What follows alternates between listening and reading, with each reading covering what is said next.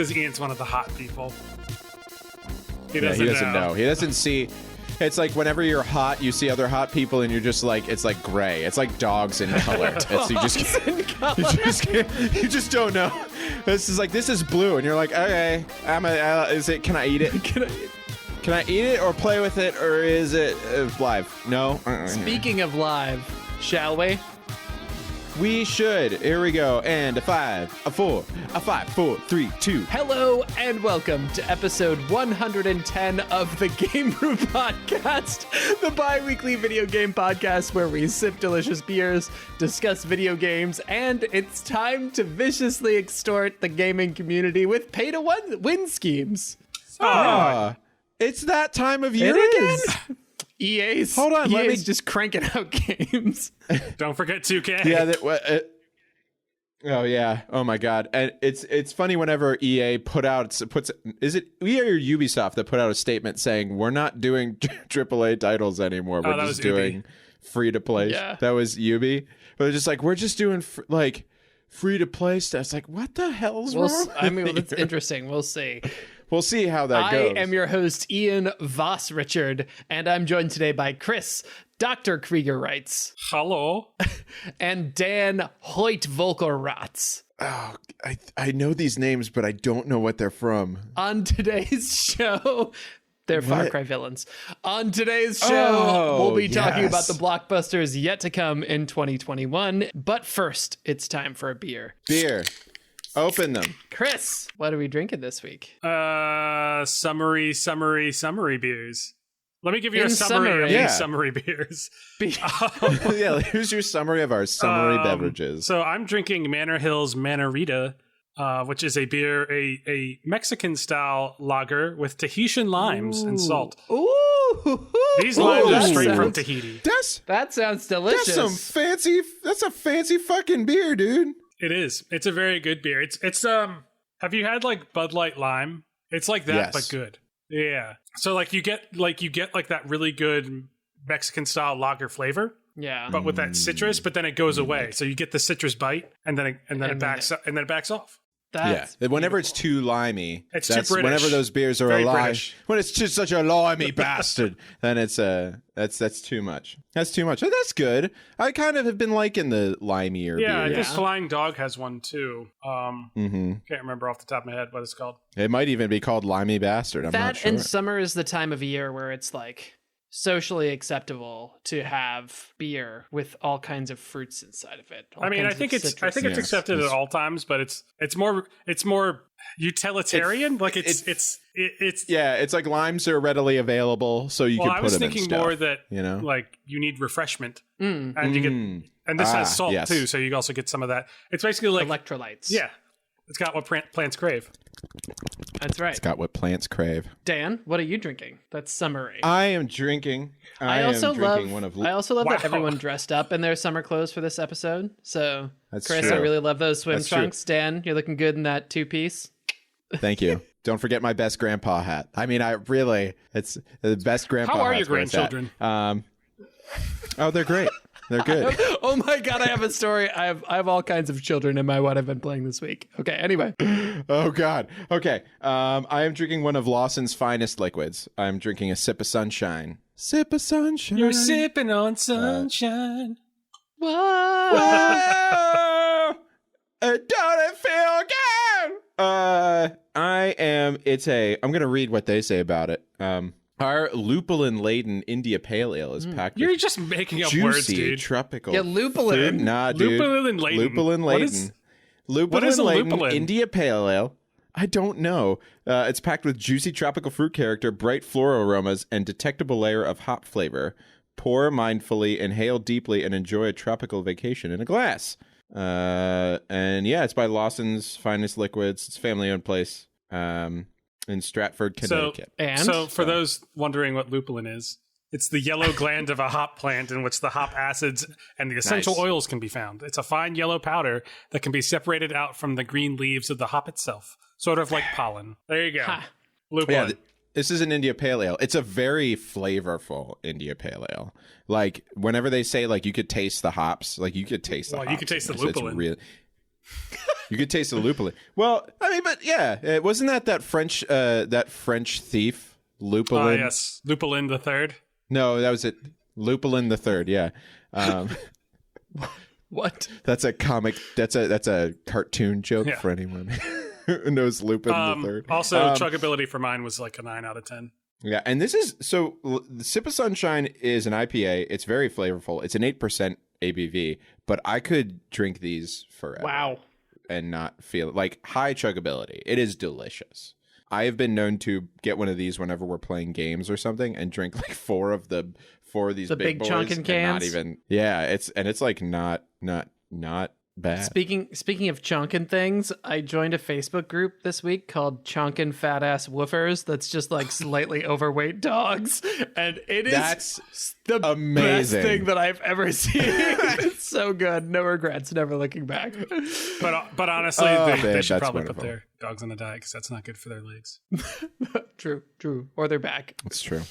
Their neck, their back. I am drinking Founders Unraveled IPA, which I've not had before. It's a juicy India Pale Ale, so a juicy IPA. A little more citra-y. A little bit more citra-y, yeah. My beautiful, wonderful girlfriend Marianne picked it up for me at the store. Thank you. You're welcome. And you know what I like about this is it's not like it's not like a Heavy Seas, or I'm trying to think of a juicy IPA that really is forward with citrus. Okay, so it's a little bit more relaxed. It's a little bit more relaxed with the citrus, and it actually lets the IPA speak through, which is good. Like you actually get a lot of that hop. Very smooth. Little bit of the sticky mouth afterwards. So if that's a thing that you're not into, this might be a little bit too heavy of a beer. I'd say medium body. Really beautiful, like amber color. I can say I've never experienced a sticky mouth before. You don't get that? Unless I was eating like honey. I get like Winnie the Pooh. I get like sticky mouth for certain beers. I don't know what it is. I would say it's really good. I mean, it's Founders, so I feel pretty good about saying that too. I'm sort of hedging my bet. But it's not like it's not super bitey. It's like generally like it's a good mellow, right in the middle, medium-bodied IPA. It reminds me of All Day IPA, actually, which is another Founders thing. So that that's another sense. Yeah. I think the thing that makes a good summer IPA is that it's not too like aggressively hopped. Yeah. Sometimes if you get like an aggressively hopped beer, it's like refreshing for the first few sips, but as you keep going, it gets like, I don't know, it just gets too much. Whereas if it's not as aggressively hopped, it's like even like Sip of Sunshine, it's just a standard IPA. It's got more flavor than it does bite, which is usually what IPAs you're like, oh, there's a lot of bite to this, and I don't want that biteness. Yeah, definitely. And I would say the Founders probably has as much flavor as it does bite equally. Yeah, and that's good. Yeah, that's good. It's a little bitier. There's not any fruit in it though, right? It just has fruit flavors. Like it tastes like fruit, but it doesn't have. There's no fruit. Yeah, no, there's no fruit flavors or fruit in this beer. I think it might just be citra hop. Yep. But it doesn't say on the can, so I'm just telling you what my buds are saying. These buds. Your taste buds, but your buds are saying. I think it's neat that this is just a beer thought from Dan. I think it's neat. Beer thoughts from Dan. We need like a little beer thoughts from Dan. I just think it's interesting, like that there is a hop that you can, like citra hops, that you can add them to beer and it gives it a more citrusy flavor.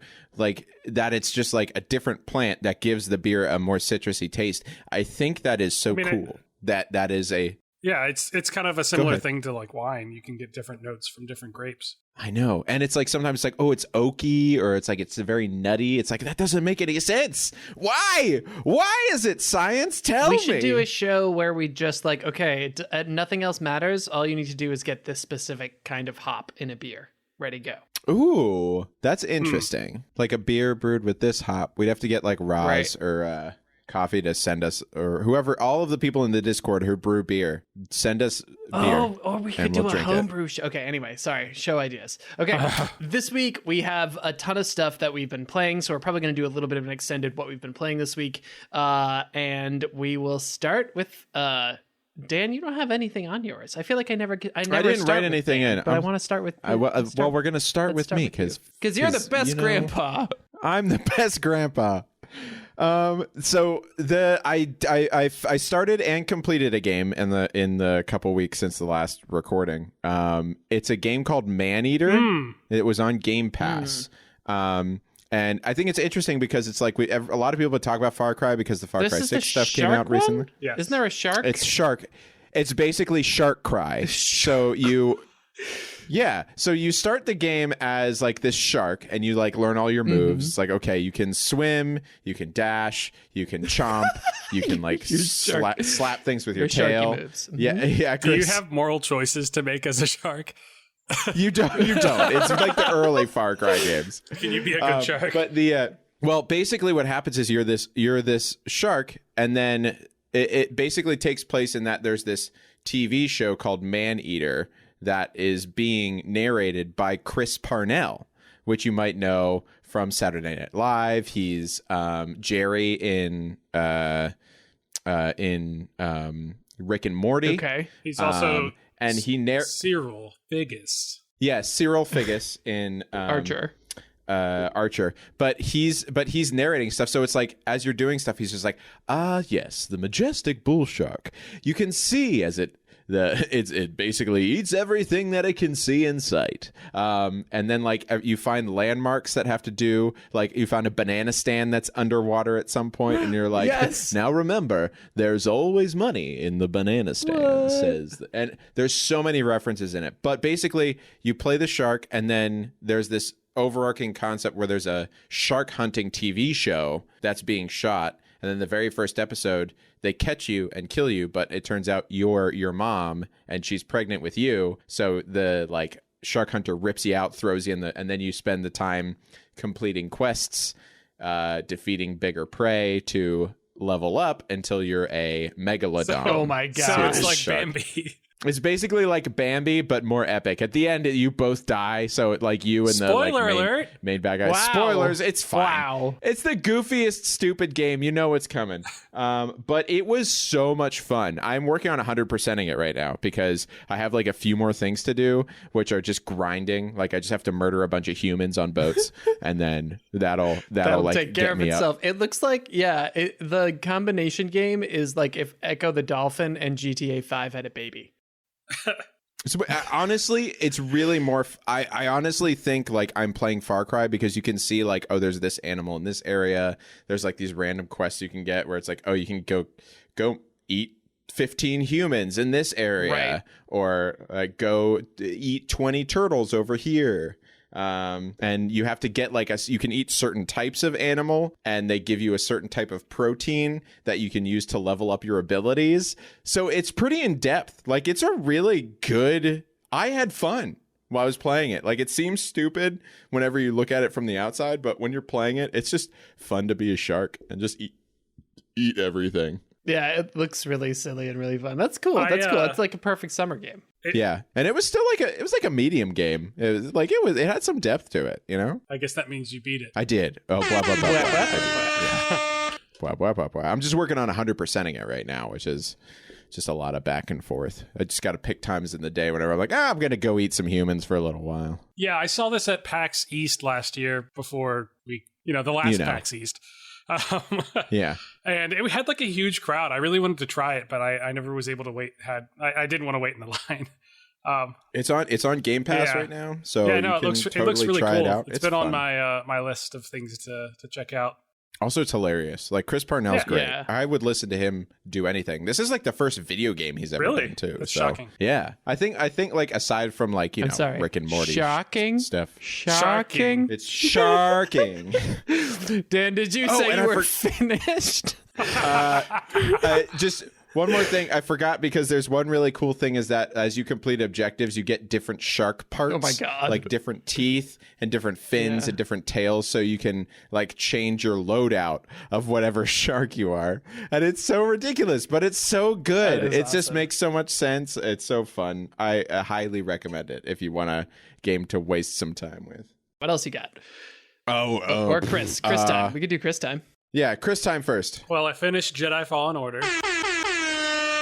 Heyo. Ba-bow! What'd you think of that ending, buddy? The part where the big bad comes in was awesome. Yes, it is like the best. Spoiler alert. Darth Vader comes That and was your wrecks your warning. shit. Darth Vader comes Nice. and just fucks your shit up. And all you can, And like, it's like the basically best- just like you have to run. Yeah. It's the best portrayal of Darth Vader. It's like, yeah, he's terrifying. Like, he's just ripping shit through the walls and like crushing stuff around you as you're running away. Oh, that's awesome. Oh, it's so good. Yeah, it's similar in a way to how they portrayed him in Rogue One. Yeah. Yeah. Where it's like this unstoppable force. Yeah. Basically. Pun intended. But yeah, I mean, there were some things that kind of, I think I talked to you about this, Dan, where like some of the skateboarding sections were like, this is kind of ridiculous. Yeah. But then I was doing it There's and I was like, this is a lot skateboarding of fun. in this game, like floating skateboard, like Sort of. Back You're to like the Future you're like 3. you're like you're basically like on certain inclines you just start going down and it's like on a track. Yeah, you're just like scooting back and And so forth. like you have to like dodge stuff or like wall run on some Yeah. things, and so like it's fun from a perspective of Star Wars. It kind of felt out of place, but from a gameplay perspective, it was fun. I can only equate it to Uncharted, where it's like, you know how Uncharted has like those random just like Quick time events and stuff. like crazy, not really quick time events, but like things like that where you have to like move left and right or like do these things where you're like, oh no, there all things are falling down. Ah! It's kind of like that where it's just like, yeah, we have to make it a game. We could make it a cutscene, but that would be That's boring. So make it a game. But instead, it's like you know, prevalent throughout the game. Like it's often. it is. It is. Chris is like, I did It's not a lot. show up for Tony Hawk Pro Skater 4043. No. It wouldn't be 4043. It's a it would be long like time negative ago 1,000. in a galaxy far, far away. Yeah, negative 100,000 BC. I mean, overall, it was a really fun game, and the voice acting was pretty good. I think they paid a pretty good amount for a lot of the voice actors.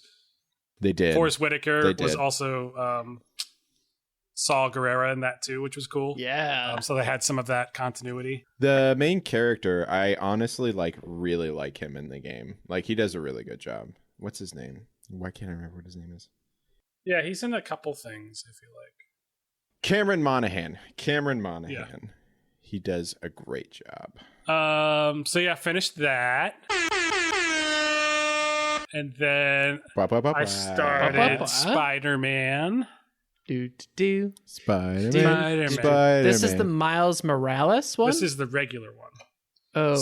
regular So, one, which is great. It's great. really good. The traversal is, I think Dan mentioned this. The traversal is amazing. It's so much fun to swing around New York, and like you eventually get more and more abilities to make it even smoother, and it's a lot of fun. So like going around and looking for all of like the pickups and items and finding all the stuff doesn't feel as bad.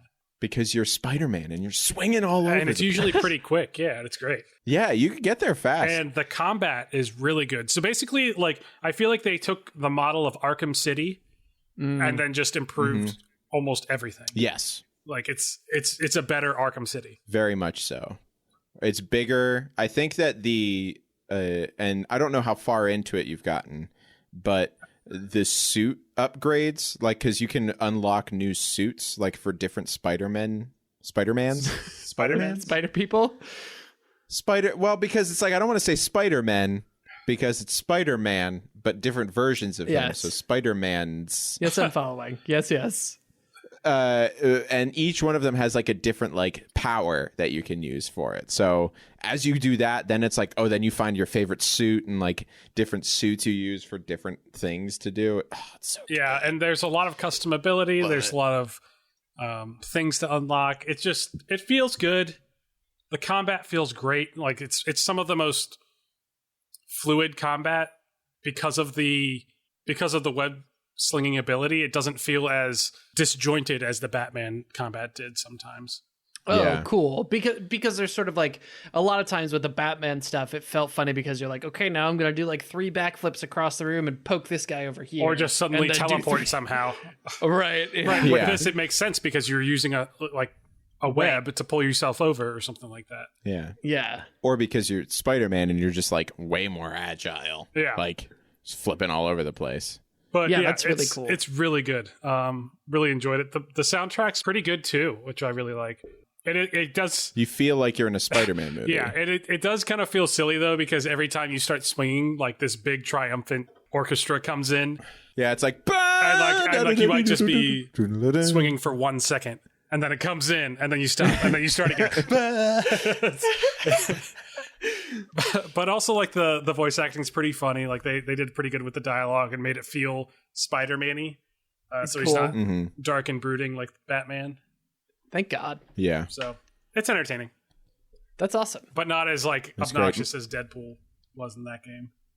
Yeah. It's true. I mean, I did like that game. That game was really good. I don't know if I really would call it really good. I think We're for talking what about it was, Deadpool for it was like Xbox 360 or something like that.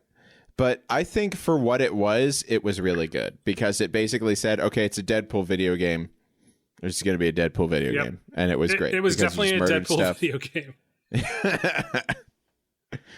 It's kind of like imagine what people thought of Duke Nukem back in the day. And that's kind of what Deadpool is to the Marvel universe. Yeah. Interesting. I do want to say I did start playing the Psychonauts again. Oh, how is that? So, again, yeah, because I played that on the original. I remembered you played that.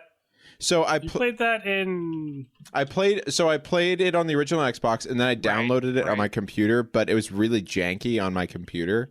So when it came on Game Pass, I was like, oh, let me try and see if it's on here, if it's less janky, and it is less janky. Surprise!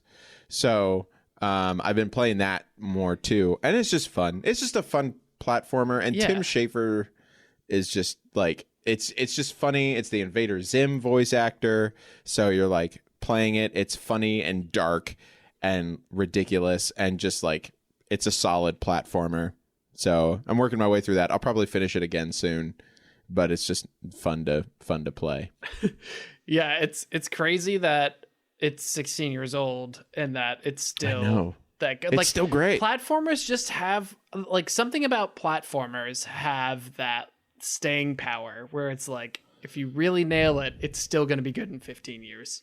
Like I could play Banjo-Kazooie or Banjo-Tooie any day, and it would be great. Like a couple of the original Crash games or like Mario's. I mean, honestly, we could go on about this forever. I mean, that's why they're re-releasing all the Crash, and like they made a new Crash Bandicoot game because it's just the format just works. It's just the same, and it's fine. Everyone loves it, you know? Yeah. I did a full life cycle this past 2 weeks of Tamagotchi version 2. Which was a really fun piece of like video gaming tech. So everybody knows what a Tamagotchi is. Do I need to explain this? Explain what a Tamagotchi is like I'm 5. A Tamagotchi is a tiny handheld video game like the shape of an egg with like a little screen, not like an LCD screen or a computer screen, but just like a little like black screen, like a calculator. Okay, this is for our Generation Z audience, just so you know here. And you start off with an egg, and the egg turns in, if you take care of it right, the egg turns into a blob, and the blob turns into some kind of creature, which you then have to care for by playing with it, or feeding it, or cleaning up its poops. Nice. And that's what you do. And you basically just like have a little tiny pet in your hand, and it's a Tamagotchi, and that's what it is. Great. All right. So when I was a kid, I like did not understand how any of this worked at all. I still don't understand. I was like, that my girlfriend has a dog, and I'll take care of the dog. I don't need to get a Tamagotchi. It's like a real life Tamagotchi. It's like a real life Tamagotchi. High risk. But Dan, they do make a Demon Slayer Tamagotchi. Ooh. They do. And Allison's not here for me to talk about Demon Slayer, so I'm not going to talk about it right now. But I love the art in that show, by the way. It is very good. It's very good. But anyway, Tamagotchis are really fun. I really enjoyed it, and I would strongly recommend it to anyone whose kid is like, I want a goldfish. And they're like, okay, take care of the Tamagotchi for 2 weeks, and then I'll give you a goldfish. If you can get it to live like 8 years or more, you're fine. Ian, say take care of this Tamagotchi 4 times fast. Take care of this Tamagotchi, take care of this Tamagotchi, take care of this Tamagotchi, take care of this Tamagotchi. See, it doesn't work with musicians because you add a beat to it and then it sounds like, okay, now do it again. Take care of this Tamagotchi. No, but keep going. Take care of this Tamagotchi. Take care of this Tamagotchi. Take care of this Tamagotchi. Take care of Got a this plastic Tamagotchi. Take thing care of I this take care Tamagotchi. Take care of. of this It comes in Tamagotchi. Take here care of this and Tamagotchi. shows Take me care of this love. Tamagotchi. There we go. That's it. That's all. That's my rap. That's my Tamagotchi. Anyway, rap. if your kid wants a pet, give him a Tamagotchi instead and see what happens. I also play this game that's also an Xbox Game Pass called Children of Morta. Has anybody else played this? Oh, I have. It's so good. It's real fucking good, and I was super skeptical when so it's this is like a it's kind of a dungeon crawler, kind of a roguelite, incredibly beautifully pixel art animated, deep story. Oh, deep God. story, great character development, family vibes, very, multiplayer very good. Too. It's Couch co-op only, but if you can, do it because it's fucking worth it. It's great. It's great. Sorry, we're gushing, and you don't even know what it's about. That's what it's about. It's really good. Like, you go through, and the bosses, like, it all feels tough but fair, and then you like unlock a new ability, and then there's a new thing, and it's just like the pacing is good, the art is good, the gameplay is really, really solid. It's on Steam too, right? It is. Yeah, I'm pretty sure it's on. I think it was a Humble. Might have been game. Might have been. If you can pick it up on Steam if you don't have Game Pass, because Steam does that cool remote play from anywhere, so you could play it online co-op with your friends on Steam if you wanted to do that, and it's super fun. I also played Windward for a while, which is basically like Sid Meier's Pirates, but just the sailing around doing things, which I would not pick this game up. It's not worth your money. And then a game called Secrets of Grindia, which is still in beta. I've been playing with my brother, and it's super fun. It's like Secret of Mana, but like grindier. It's good. But grindier. It's good. It's great. We're busy this week, y'all. Yeah. We're busy Chris, with games. Do you have anything else that you were doing, Chris? Yes, I do. I finished a campaign of Hearts of Iron with Tyler. Hearts of Iron. Yes. So, to bring us into Hearts of Iron, because I feel like this is very niche. My heart. It is. So it's in the grand strategy genre, another Paradox game. I talked about Crusader Kings 3 a couple weeks ago, I think. You did. So this is basically every Paradox game focuses on different aspects.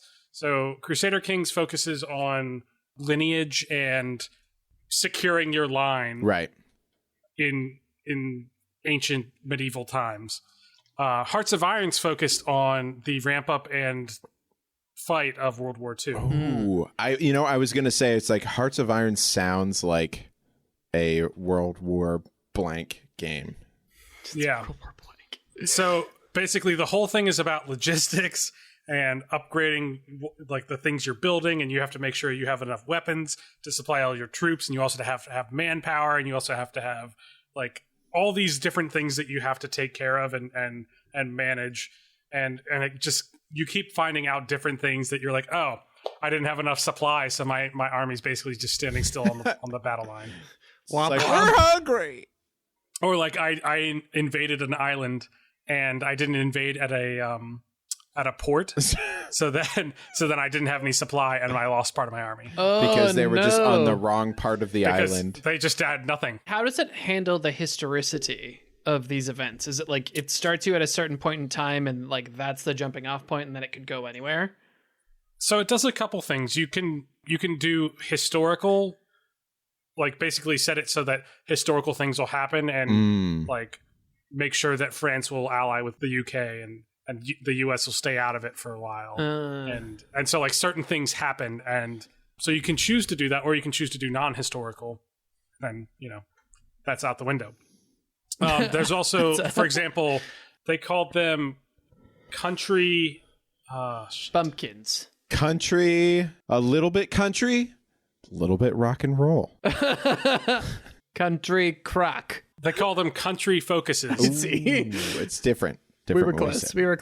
We're along the same lines. Basically, they are certain things that your country has to do or gains over a certain amount of time. For example, France has like a really difficult time at the beginning of not having its borders smashed to pieces. No, their borders are actually really strong, but they have trouble advancing and progressing their military to more modernize. And so they do that by handicapping you basically in the beginning. So they kind of do a combination of things to give you that historical feel. That's really interesting. And who are you playing as? Great Britain? Tyler was Germany and I was Italy. So the Axis. So you're the Axis? Yeah. And we completely owned the entire. So basically, at the end, it was us, the Italian Raj, and German Malaysia. Okay. Oh my God. So after we finished World War II, U.S. didn't join. I got control of India basically. So it was the Italian Raj. Wow. And so then we just conquered the world. And even after that, the U.S. was still difficult. Really? I mean, we've always been difficult for many different reasons. Good old Second Amendment. Yep. But the newest playthrough we started, he's Germany again, and I'm doing USSR, which is interesting because I have to basically kill a bunch of my advisors so that I don't have a revolution. Oh, jeez. So you're back in the USSR. Yeah. Back in the US, back in the... Yeah, you don't know how lucky you are. How does it compare to other Paradox games that you've played? I know you've played at least a little bit of Crusader Kings and Europa Universalis and all that jazz. Yeah, I prefer this to Crusader Kings.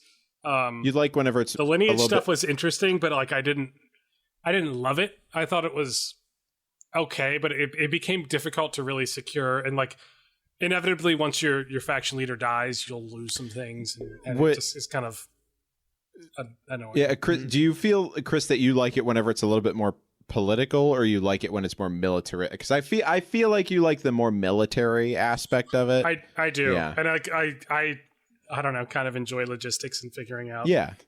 That yeah, way, what's the best strategy to do this, as opposed to, how am I gonna politically navigate this environment for? Right. Yeah. I'd rather smash it. I want to smash. I just want to smash. To smash. I feel like, and maybe I'm wrong about this, but it seems like Great Britain is probably logistically one of the more difficult ones. It is, just because they have. I didn't know there were so many little tiny islands in this world. Yeah, there's a lot, dude. There's a lot of little tiny ones. Until we took over and won and beat Great Britain and France. I did not know there were so many. There are a ton. There's a bunch, especially around Great Britain. That's why, there's... No, I'm talking about in the Pacific. Oh, in the Pacific? Yeah. Little tiny guys. Yeah. Little tiny guys. Those atolls. Yeah.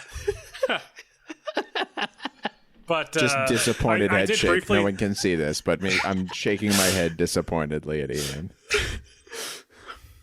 But yeah, I've been really enjoying it. Nice. I've put in 50 hours in it already. Oh, wow. Yeah. That's... And I just scratched the surface. I mean, that's and there's a ton of DLC, so it's going to be the Paradox games are ginormous. That's really cool. Okay, Dan, anything else of note? I killed one of my player characters in D&D the other day. Oh, R.I.P. too? Korth. Poor Korth. Poor Korth. We knew him well. Out for them. Actually, there was a Korth Hall in their hometown that he named after himself. So now it is Korth Memorial Hall. After he died. But it was one of those things where there was a monster where one of its things was that if it killed you, you're dead. You're dead. And I was you're dead. Was it a beholder? No, it was a dark stalker, or I think is what it's called. I have the notes somewhere. They're not right here, and I'm not going to look them up. I know too many monsters in my head to remember what exactly it is.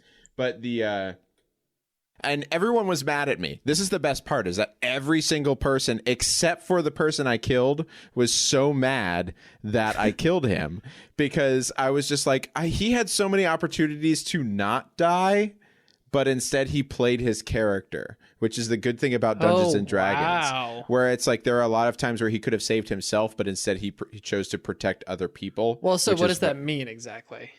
So what that means is that there's only one way to revive him, and they would have to use the wish spell, which none of them have. So they'd have to find a deck of many things to and by some sort of luck draw the wish card, and which, if you don't know, the deck of many things is a deck of cards. In it, there's, I think, 27. There's a lot of cards, and one of them is the wish card, which you get to use. You get to cast the spell wish, which lets you change one thing, whatever it is, doesn't matter. Or they can't do that, and then Matt makes another character. So that was a very good explanation of what dead means. But I actually meant, like, what did it mean for him to play his character in that moment? Oh, for him to play his character. So his character is a fighter whose backstory was all about how he kind of left his tribe. He was a lizard folk, which typically are like kind of tribally. He left his tribe because they were in sort of a conflict with another tribe. And instead of like ruthlessly attacking, he like protected some children or a particular child. And he found that he did not fit into that society anymore. So he decided to leave an adventure. So his kind of whole thing is, even though he was a fighter, he sort of had this protective aspect of him that pervaded over the whole thing. So he kind of tended to sacrifice himself more so than other characters, because there's like a paladin and a cleric who wouldn't do that as often as he would, which is hilarious. But like he played his character to the fullest, and he died, and he was just like, great, because I have D&D Beyond and I have the premium subscription, so I've got like 13 other characters I'm ready to use. Well, that's great. Good for you and him. So, I'm glad that went in a positive way. Yeah, that's kind of off the cuff. It's one of the things. I mean, I've been running these campaigns with these dudes for like, oh god, it's like almost 5 years at this point. So right. So it's about time I killed one of them. About time that somebody died. At least was there a very sad moment? Like was there like a memorial service? Not yet, because like it just happened. So like there was like a panic, like whenever they tried to cast Revivify, which is like the spell you would use to raise somebody from the dead, and it didn't work. Like they were just like, oh Jesus, oh God, what do we, or whoever the hell that is, you know, because there's no Jesus. So oh Jesus, whoever the hell that is, we cast like Stay the Dead, and we'll, I don't know, we got to see if somebody can do something. And I'm just like, Matt, maybe you want to make a new character so that you're ready to play for next time, just in case. So it's fun. I love Dungeons and Dragons so much. But I cannot wait to be done DMing for a little while. Like, that's my biggest thing right now, is trying to end this campaign so that I can stop DMing. I'm so tired. Okay, we're going to take a quick break. When we come back, we'll talk about the Aaa games yet to release in 2021.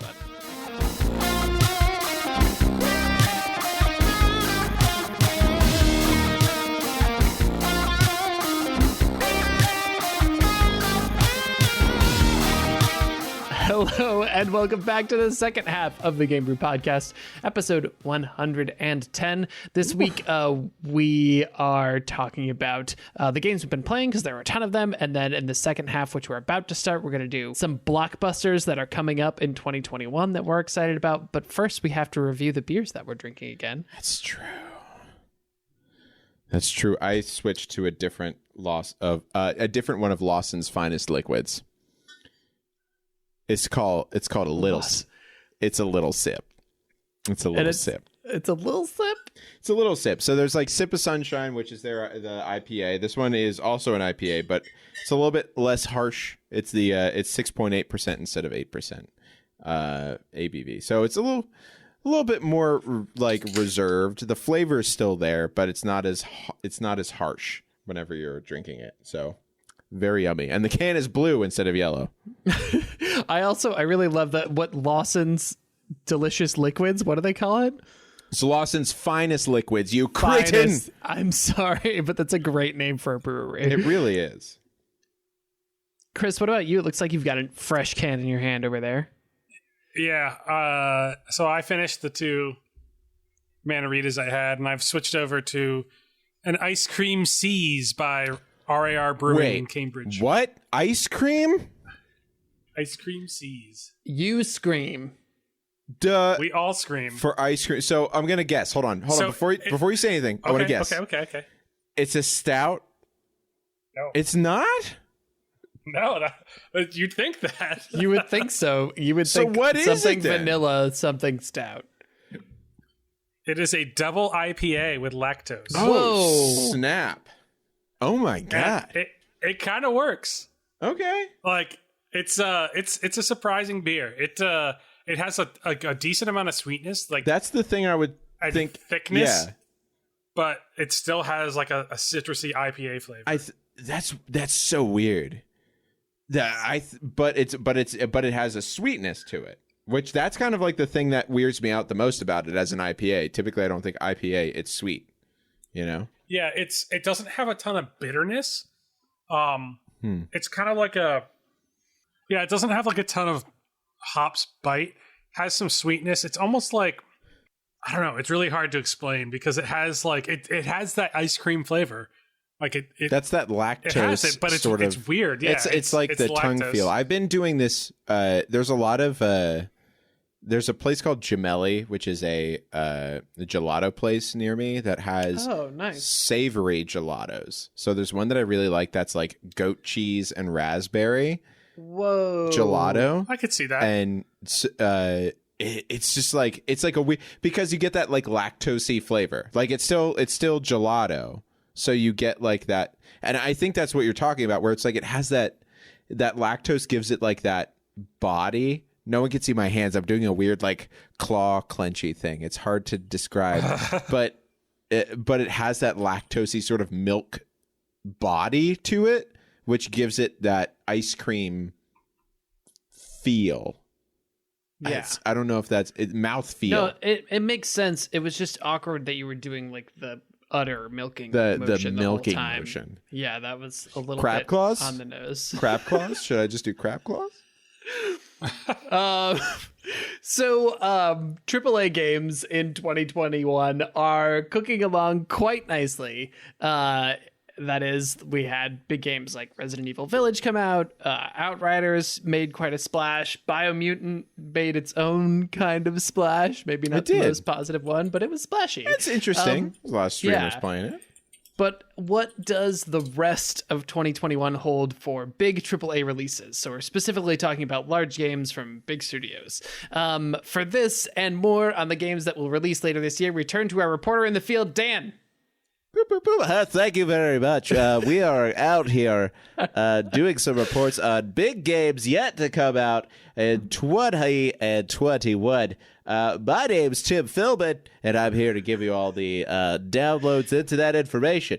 Yeah, thanks for being there, Tim. We really appreciate you braving the weather. Yes, thank you very much. It is hot as balls out here, I believe is the colloquial term. So is anyone else excited about Mario Golf Super Rush or just me? Because I'm super pumped. There hasn't been a Mario Golf game since like the N64. That's not true. Since the Wii, that's been like real good. Yeah, which makes sense, right? We have the motion controls in the Wii, obviously. Yeah. Sort of seminal household motion controls. You said seminal. Sorry, I have very little sleep and too many beers. This is the type of Dan you get for this podcast. So but like smash that together with Mario boss fights, and they're gonna do a golf mode where it's like speed golf. Like you don't take turns, you literally just like you go. Hit, you run, you hit, you run, you hit, you run. Like there's no way this isn't gonna be great. I think the only way that could be better would be is if it was like a polo where you're in the golf carts and you're just like smacking it as you're driving it. Didn't they do that? I don't know. Do they? Because if they do, did they? Can I do that? Or Chris, can we do that? I mean, we could just do that in real life and get kicked out of a golf. I was going to say, I'll drive, you smack. You have the better quick. arm strength, I feel. So you could do the smacking, I'll do the driving. Okay. No, but I also am just like, I'm really excited for an opportunity to put motion controls on my Switch controllers to use, because like my Switch is kind of sitting there right now because there's no really good reason for me to go pick it up. It feels... I mean... Go ahead, sorry. The good reason is to do it in a place that you can't do anything else. Right. I'm not like traveling so much anymore, I guess. So my Switch doesn't get quite the use that it did before. But like... Same. I also want to respect it as its own console, you know? Like it has a place on my TV stand. I think it's interesting because it feels like they don't utilize the motion controlness of the Switch as often as they could. Like initially they did. Like they were like, here, it's kind of a gimmicky sort of thing. But now they have really like bad motion game. I'm trying to remember what it was called. 1-2 Switch. 1-2 Switch, and it was terrible. It was fine. It was fine. It was $40 for like 5 minigames. That's the problem. It was too expensive, but that's the Nintendoosity of it. But I think new word here, folks. New word, Nintendoosity. But I think the thing that's missing is that now it's been some years. They've got like name brand games. It's like it's time to start exploring. Like see what you can do that works. Like Ring Fit Adventure, super cool. Like that was a really interesting thing to do with the motion control stuff. It's like it's a fitness game. You have to get this extra ring thing, but it totally works. It's kind of a better version of like the Wii board or the whatever that thing was that you had to stand on. Yep. I went to a thrift store the other day and they had Wii boards just they would. Like no one used them. Everyone like moms in their 40s bought them, and then no one had any games to use. You could do Wii Yoga. That's about the only thing you could do with it. So we are excited about Super Mario Golf. Yeah. I love Mario Golf. Mario playing any sport. Yes. Speaking of motion controls, Skyward Sword is coming out. Skyward Sword HD is coming out for the Switch, and I'm super pumped that it's going to have the option to not have that. I am excited for. Yeah, I mean, I guess didn't they release a Skyward Sword for GameCube? No, it was Wii. A Wii only. It was Wii only, and I think the most interesting thing is that like the image of Link that I have from that game is just like him, just like with the sword, just like out, like to the side. He's just running around, just like, here's a Master Sword, and it's just like it's so odd, and also because they flip flopped his hands because Link's left-handed. Well, they did that with Twilight Princess. They did, too. where Link's left-handed, but he's right-handed in those releases because the majority of people, unfortunately, are. They flipped the map too. Oh God! In Twilight Which Princess. is interesting because that means that they were lazy, and instead of just flipping his hands, they said, "We're just gonna literally take everything and reverse the two directions from left to right." Lazy or really smart? Like, honestly, smart in the laziest way you could possibly be. I mean, that's the kind of smart I want to be. I was actually just quickly looked up the Metacritic score for Skyward Sword, and it has a 93 Metacritic rating. Yeah, no, it's a good game. It's just that the motion controls are really frustrating on that. Yeah, I tried it for like, an hour, and I was like, nope, I'm not going to play this game. I'll wait until they do it without him. And wait, you did. It's my time. Wait, I did. I'm being rewarded. I think the story for it is kind of like one of the real big selling points because it's like... Yes and no. Some people didn't like it. I think the big thing that most people didn't like, or at least from what I read, the thing that people didn't like the most was the like helper character, like your Navi sort of person, because she would pop up constantly. Like literally anything you would do, she would pop up. I think the idea that it is like a sort of like a, sorry to use a Halo term, but like a precursor Legend of Zelda game. Like this is like the Legend of Zelda before all of the other Legend of Zeldas. Precursor. Prequel. A prequel. That's the thing I was trying to. but because it's like, and then you like see at the end, it's like, oh, it leads kind of almost directly into Ocarina of Time. But like not directly. They kind of introduced Ganon. Though, it did. Yeah, that's kind of the big thing, which is interesting because it's like we have kind of the beginning and the end. We have like the beginning of Hyrule in that one, and like now we have the end of it, like Twilight Prince. Well, we have two ends. We have Breath of the Wild end. Wind Waker, I think. Also, Wind Waker's right? Because Wind Waker's like supposed to be like in the future where. It's like post Ocarina of Time. There's water everywhere. I think it's post Ocarina bad ending, right? Yes. So aside from Mario Golf, the other big release in June, which is actually happening before this episode will release, is Chivalry 2, which I'm curious if either two of you are played this a year ago. What? I played it a year ago at PAX. Okay. Oh, that's true. You did, yeah. It was good. It's great. Well, are you going to play it? Are you excited about it? Like, tell us about Chivalry. Oh, It really depends. Person who is so experienced with it. I mean, it really depends on the community. That's not a good sign. That's bad sign. It's the community for the original Chivalry and the community for Morta kind of broke the games. Like, they're both good games, especially Morta. Morta's a really fun game. Yeah. But there are people in those games that make it not fun. Yeah.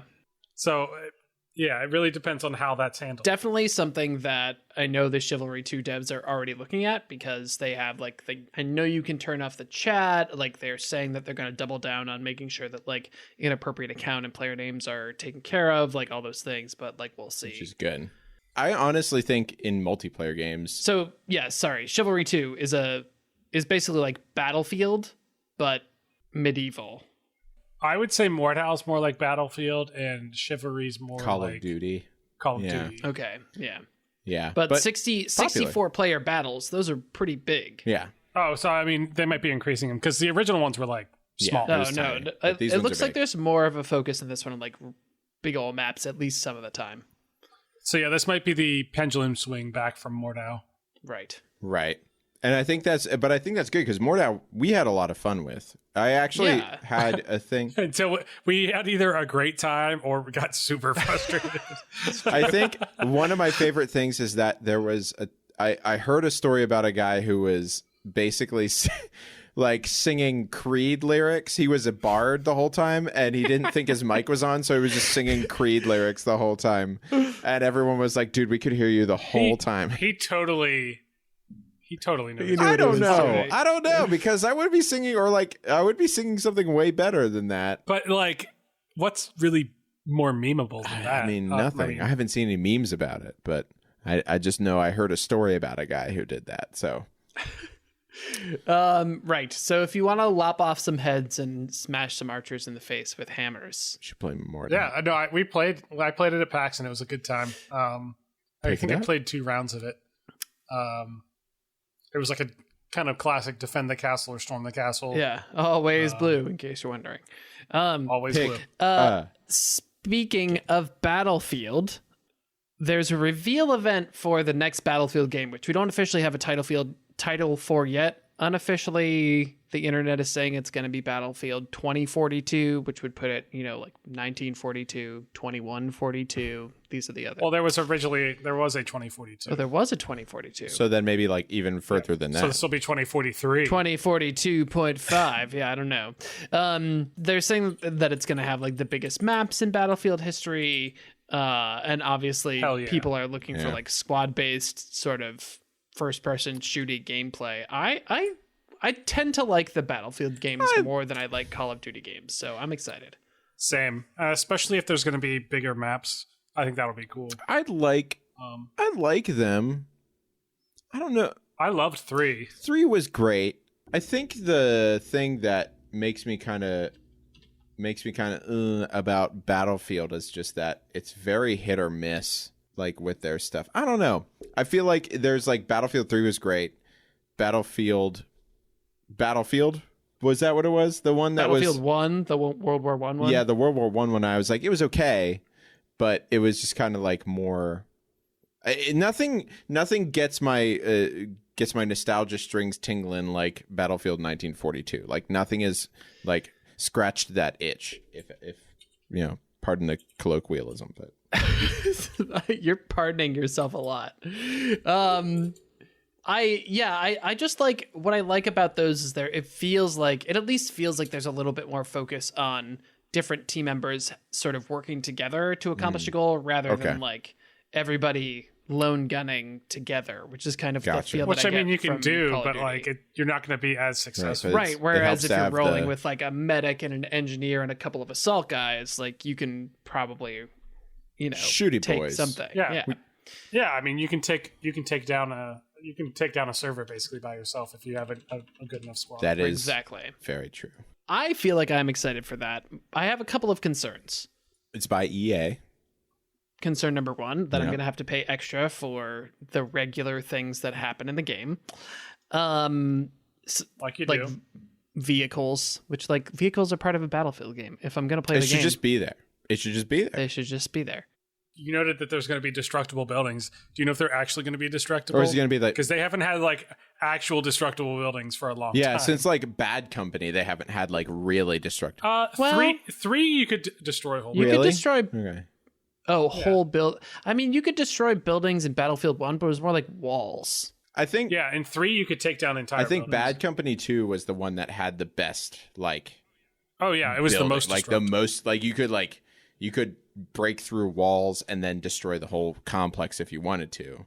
Right. But I think the thing that I'm most concerned about is whether or not they nail the squad-based gameplay kind of thing, because people were really concerned, I think, with Battlefield 1 that you could only have a squad of 4, because like kind of 5 and up is where Battlefield tends to find its sweet spot. I thought it was always 4. I don't think so. I think at some point they increased the size and people liked it better. I mean, 5 would be cool, 5 would... but that would imply that there's going to be a 5th class. I think that, yeah, and I think that's kind of that's the crux, is like, are there more things to do? Which, if it's futuristic, I mean, possibly.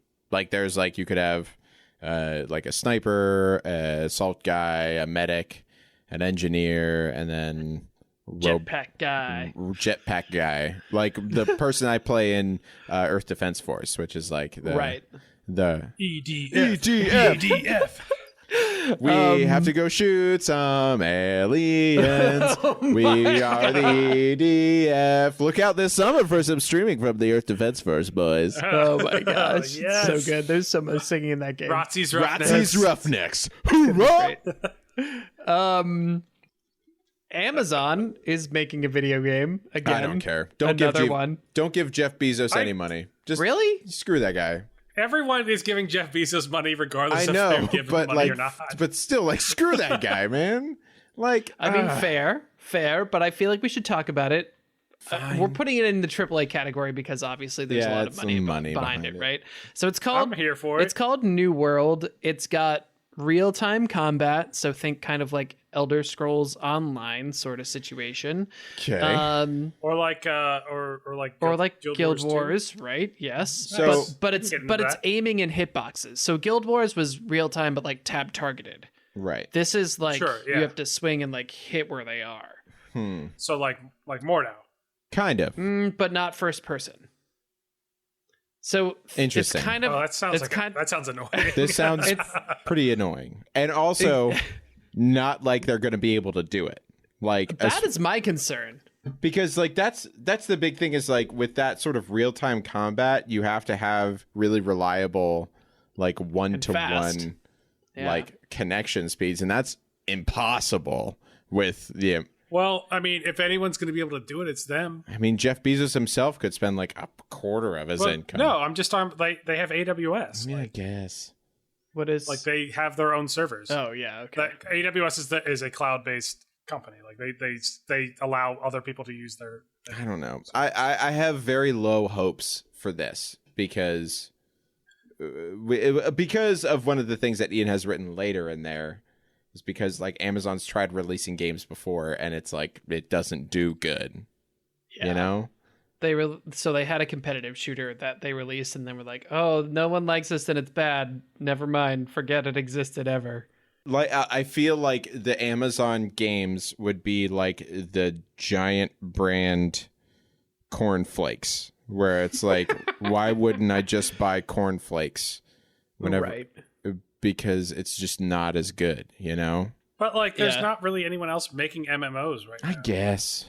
But is someone are people going to be open? I wish Allison was here. Are people going to be open to that kind of new MMO? Like they're hungry for it. I think the MMO community. Chris is ready right there. for it. All right. Well, you can go ahead and play it. Is this the one? I don't know. I think it's hilarious that Jeff Bezos, this incredibly wealthy person, decided to back an MMO that is literally like styled after colonialism. Like, 2 thumbs up for hitting that one on the nose, big guy. Little on the nose, Little yeah. on the nose, Jeffrey Bezos. All right. Chris's is another one I thought you'd be interested in. Humankind. Sounds like a really fun game. Humankind. Yeah. Pretty sure that's how that... Another hex-based civilization. If there's hexagons, Chris loves it. That's what we know. So what's promising about this one is it comes from a really well-respected developer, the same people who did all the Endless games, so Endless Space, Endless Legend, Dungeon of the Endless, and they're making this game to kind of like sit between Civ 6 and Civ 7, which seems really smart. And from my like tiny little noodling around inside their wiki and some YouTube videos and things, it seems like it's going to be really cool, and it's like fun to watch the cities evolve.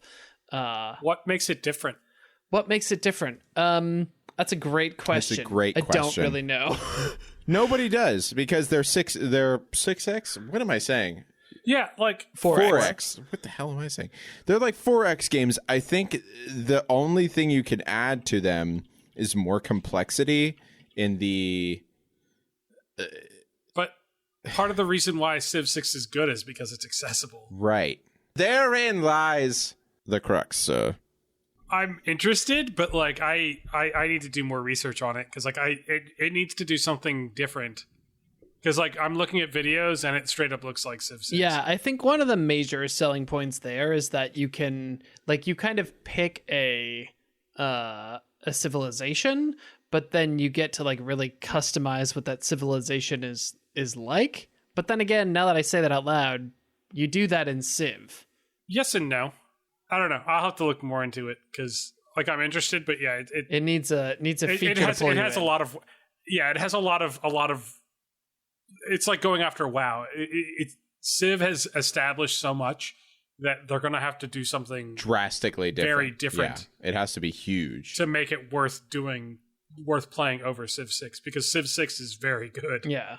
In fact, that's one of the things I have on my list for a streaming Saturday, is whenever we just spend 12 hours playing Civ 6 to completion. Or we could all play Hearts of Iron. No, too long. We could all too we much could be military. The allies. It'd be great. Alex would never get behind that. I just know it.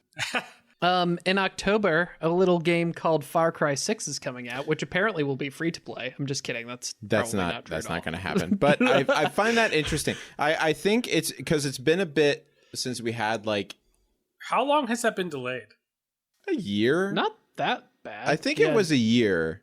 They've been giving out codes to Far Cry 6 since at least November, like AMD has. Oh. I mean, it probably got bumped because of COVID. I'm sure, but like, I don't know. That makes me a little bit concerned. The things I've seen about Far Cry 6, I'm hopeful for. Number one, Giancarlo Esposito. Like, yes, he's great. For those who are unfamiliar, Gus Fring from Breaking Bad, or the Grand Moff Tarkin, Moff Gideon from The Mandalorian. He's great. He's a great bad guy. Like the epitome of an actor. But I think he is a good guy. He's a great guy, but he's like the epitome of an actor who found the niche that he fits in and is just like, I'm just going to stay here because this is what I do good. And the thing he does good is being bad. So number one, that's great. Number two, I think it's cool that you get to pick, for lack of a better term, whether it's like you're a boy or a girl, like whenever you do it, like you kind of get a character, you kind of get to make the character, the voiceless sort of character has a voice and you get to choose which one it is. I think that's kind of nice. Because like Far Cry 4 was like, you know, it's like, oh, white guy saving the world, blah, blah, blah. I mean, blah. the Far Cry games have very... Was it a white guy? No. I thought he was from that region. He was. Wait, which one was it?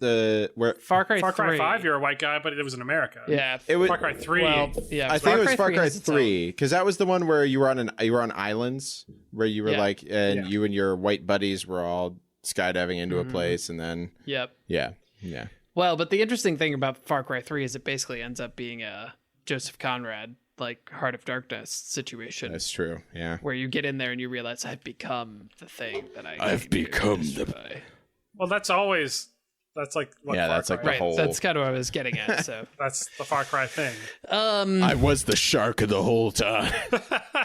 Good things to look forward for in Far Cry 6, aside from Giancarlo Esposito. A dachshund which you can have as a pet that bites your enemies. Adorable. Also, it's a Like it's a wiener dog? yeah, it's a dachshund that has like a wheelchair. It's a wheelchair dachshund. Oh, those are the best. I mean, you know. Right. And they're actually doing like urban combat for this first time in a Far Cry, which is kind of new for them. What do you mean by that? Like There's actually going to be a city. Like instead of it being just a Esperanza. jungle, which is all the other Far Cries have been like, you're in a jungle and there's like little tiny settlements in it. Right. Gotcha. So that could be cool, I guess. I hope that Far Cry 5 had a good foundation that nothing good ever happened on, I felt like. I think the Americanness of it kind of made it a little weird, you know? That didn't bother me. Like, I didn't mind that it was... It didn't bother me. I think the fact that, like, hold on, let me rephrase that. I think the voicelessness of the protagonist, like, it seemed like, and this is kind of the thing which some of the more recent Far Cries have suffered from, where it's like, oh, we want to put you into the game. You don't get a voice as the protagonist. There's just like antagonistic voices, and you get to hear like what the bad guys think and like what all your friends think, but you don't have an opinion. You're just a meat suit doing things. Yeah. In Far Cry, and I think Negative. I am a meat popsicle. I told my dad that joke the other day. He was like, I get it. That's a I get that joke. Negative. I am a meat popsicle. But I think with this one, you actually have a voice as the character, and like the main character has goals, and I think that's important to a story in general. But also, when an open world story, if it's like not, if you don't have any direction, there's not something tethering you. Yeah, it's like if you're just like, it's like, oh, I guess I'll help these communities for some reason or whatever. It's like there's got to be motivation. Like there has to be something that you need to do, right? So we'll see. What about Back 4 Blood, which is not Left 4 Dead 3, but kind of Left 4 Dead 3? Left 4 Dead 3. It's basically Left 4 Dead 3. But also, I mean, of course I'm excited for that. Like, it's Left 4 Dead 3. I was watching some video, and it looks like they really focused on gameplay instead of worrying about all of the like little visual things or like making sure like blood pops in the right way or whatever, like when they were giving people a chance to play it in betas, which feels good, right? Like focusing on the gameplay instead of focusing on a visual and then building gameplay on top of that. So I feel excited, I think. How do you think it looks compared to like DayZ? DayZ has just such a different zombie vibe.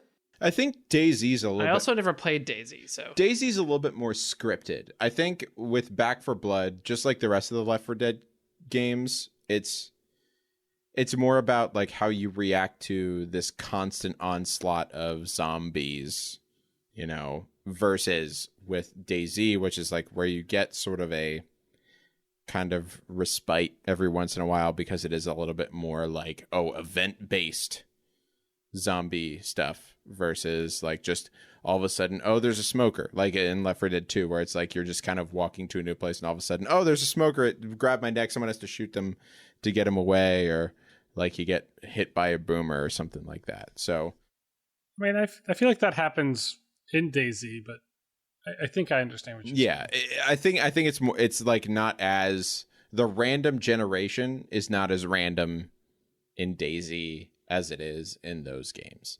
And I think this will kind of follow along those lines, or I hope it does, because that's the big thing about those Left 4 Dead games, because like as many times as you go through the games or through those levels, it's not always the same sort of experience. Right. The AI mixes things up depending on where you are when and who's alive and how much it hates you. Which is a lot. Yeah. Apparently. The zombies are sort of having a little bit of a renaissance, and so we're also going to get, hopefully, Dying Light 2 in 2020. Hell yeah. Yes. Yeah. Yes. I was excited for this game 2 years ago whenever they said it was coming out.